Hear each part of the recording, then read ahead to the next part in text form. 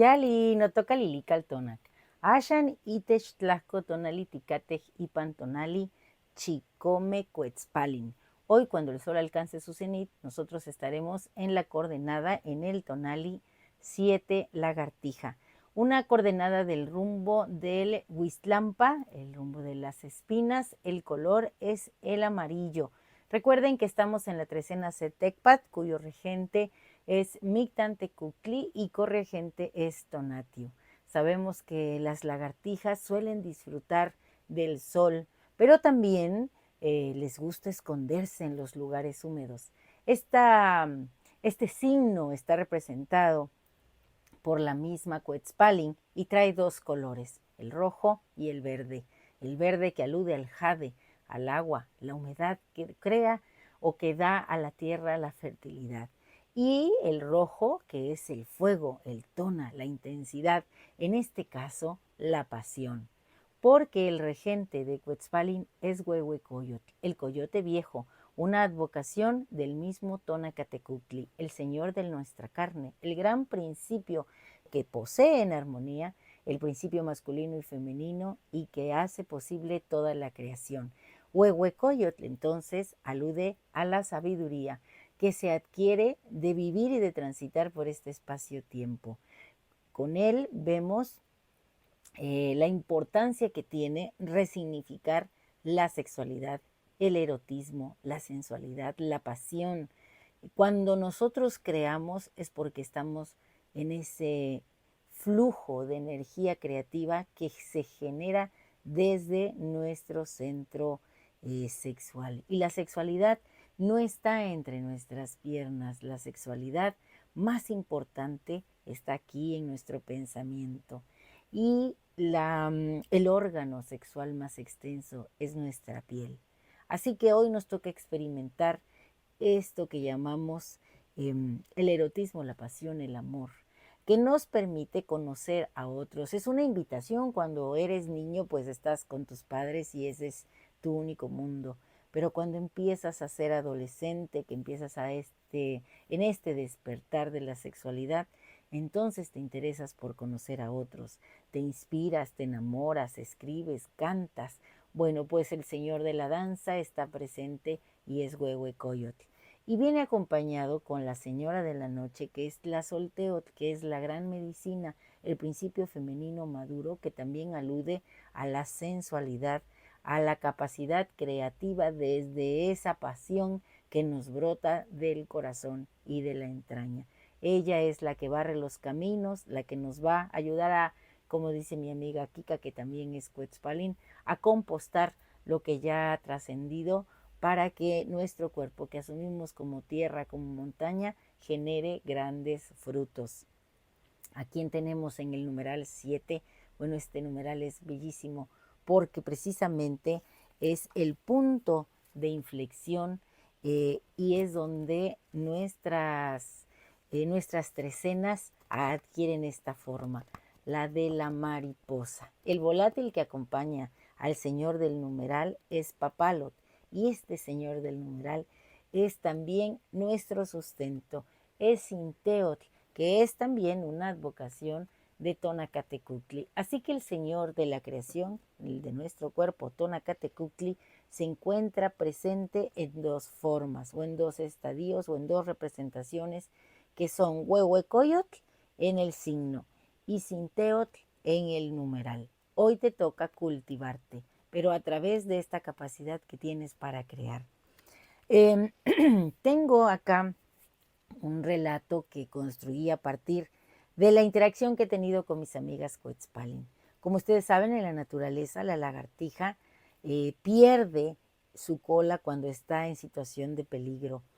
Eh, bueno, en la vida nosotros vamos perdiendo muchas cosas, pero eso que perdemos tenemos que entender que es un momento de crecimiento, es salir de la zona de confort. Cada vez que dejamos algo, perdemos algo, la vida nos invita a una solución, a un renacimiento. Pensando en ello, esta historia y también en la capacidad que tenemos de resignificar lo que nos acontece, siempre buscando ese crecimiento y ese florecimiento en sentido positivo.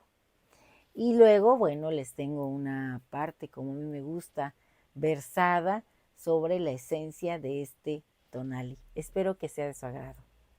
La mariposa de obsidiana, Itzpapalo. Muchos años después, frente al espejo inquebrantable de la memoria, Alicia recordaría la tarde en que la lagartija, atrapada entre las lajas de obsidiana, le enseñó que el final no siempre es el fin. No había sido una lagartija cualquiera de esas que corretean por los patios polvorientos como ráfagas verdes. Esta, según el relato de su abuela Margarita, poseía una sabiduría que se le antojaba muy antigua, como si en sus ojos diminutos se reflejara el tiempo inmemorial de la tierra. La obsidiana negra y cortante había sido el verdugo silencioso. La pobre criatura, en su afán de libertad, se retorció y pataleó con la desesperación de quien presiente su ocaso. Cada intento de fuga era un arañazo más contra la piedra que no cedía, un lamento mudo en el vientre caliente de la tarde. En el último forcejeo, la lagartija sintió el desprendimiento, un dolor fugaz y luego el vacío donde antes se movía su cola. La vio contorsionarse sobre el pulido cristal volcánico, una pequeña vida independiente que danzaba como un gusanillo, mientras el calor de su propio cuerpo empezaba a disiparse, llevándose consigo la última chispa de esperanza. Fue entonces, con la muerte acariciándole el lomo, que la lagartija no pensó en el pánico, sino en la plenitud. Recordó el sol en su piel escamosa, el frescor de la sombra bajo una hoja de plátano, el sabor dulce de un mosquito incauto. Rememoró cada vez que al cruzar el camino un pájaro había pospuesto su vuelo y cómo su sola presencia disuadía a las hormigas de invadir el pequeño hormiguero vecino, contribuyendo a su manera a la armonía secreta del universo. Una paz honda, de esas que solo llegan cuando se ha tocado el fondo del abismo, la envolvió por completo. Y en ese instante, en lugar de rendirse al infortunio, la lagartija hizo algo que ningún naturalista, por más sabio que fuese, habría podido explicar. Concentró su última energía, no en su cuerpo atrapado, sino en aquella colita que aún se movía libre, como una promesa. Con una fe ciega, casi de delirio, proyectó en ella todos sus anhelos. No era una invocación, sino una entrega. A unos metros, entre los resquicios de la obsidiana, una araña tejedora, con sus 8 ojos observando el drama silencioso, sintió una vibración inusual, un llamado que trascendía la simple cadena alimenticia. Atraída por una fuerza invisible, la araña se acercó a la colita palpitante. No la vio como presa, sino como un capullo en ciernes. Con la delicadeza de una nodriza, hiló en torno a ella una pequeña casita de seda, una envoltura traslúcida que la protegió del viento y del sol implacable. Lo que sucedió después fue un milagro que ni los ancianos del pueblo supieron describir sin que la voz les temblara de asombro. De aquella casita de seda, tejida por una araña y alimentada por la imaginación de una lagartija moribunda, no surgió una cola regenerada, sino algo mucho más etéreo y sublime. Un día, bajo el mismo sol que antes le había negado la sombra, de la crisálida de seda emergió una mariposa. No una mariposa cualquiera, sino una de alas iridiscentes tan oscuras como la obsidiana que había sido su prisión, pero con vetas de azul eléctrico que parecían llevar la memoria del cielo. Y ahí estaba, la misma criatura pero transfigurada. Ya no se arrastraba, sino que danzaba en el aire.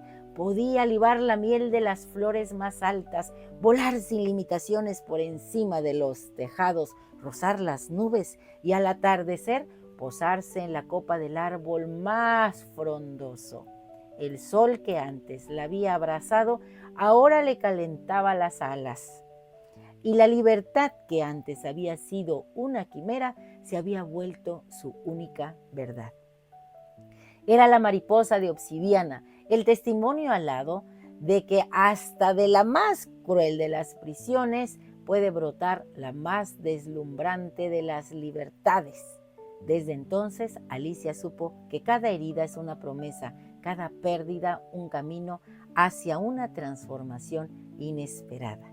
Y ahora la parte versada que a manera de conjuro nos habla de que hoy somos Chicome Cuetzpalin. Hoy me llamo Chicome Cuetzpalin y este nombre perdura en el agua y en el tiempo. En mi piel madura el sol, el tona del maíz me es concedido. Vibra mi espíritu y mi cuerpo exhala palabra florida. Me sumerjo en el río de mi linaje, sangre de Tamoanchan, en este manantial que no pide permiso para brotar y al que muchos temerosos llaman pasión. Permíteme decir que yo soy el viejo coyote que danza en los linderos, la fuerza que tensa el arco antes del vuelo de la flecha. Soy la atracción que no se explica, el canto que enloquece, el impulso que funda la vida sobre la piedra. Y sí, soy sensualidad que cura, sexualidad que crea, palabras que algunos desgranan con vergüenza en la boca. Más aún, yo soy la danza que desata los miembros y confunde las formas. Soy esta piel que busca otra piel para saberse límite y para abolirlo. Me nombro Sinteot, el corazón del grano. Me llamo Xilonen, la mazorca tierna que se abre. Con la devoción del campesino que se inclina, cultivo este cuerpo, esta tierra fértil que soy, y lo abono con la pasión divina de Tlazolteotl, la gran medicina que barre lo trascendido para convertirlo en flor. Así, en este acto de nombrarme, en esta tarea de ser carne y ser verbo, se deshace el tiempo, se derrumba el muro del espacio, la soledad del yo, esta condición humana se quiebra. Ya no hay un antes, no hay un después, no hay dualidad que me parta. Soy, simplemente soy, Chicome Cuetzpalin. Un abrazo fuerte y tonado a todas mis amigas Cuetzpalin guardianas del fuego. Que este tonali nos haga desarrollar esas alas de papalot y surcar los cielos. Un placer compartir. Si te ha gustado esta lectura, dame un like. Recuerda, suscríbete en mi canal en YouTube y en TikTok, Lili Caltonac, porque Lili Caltonac no te abandona. Timotás que mostla.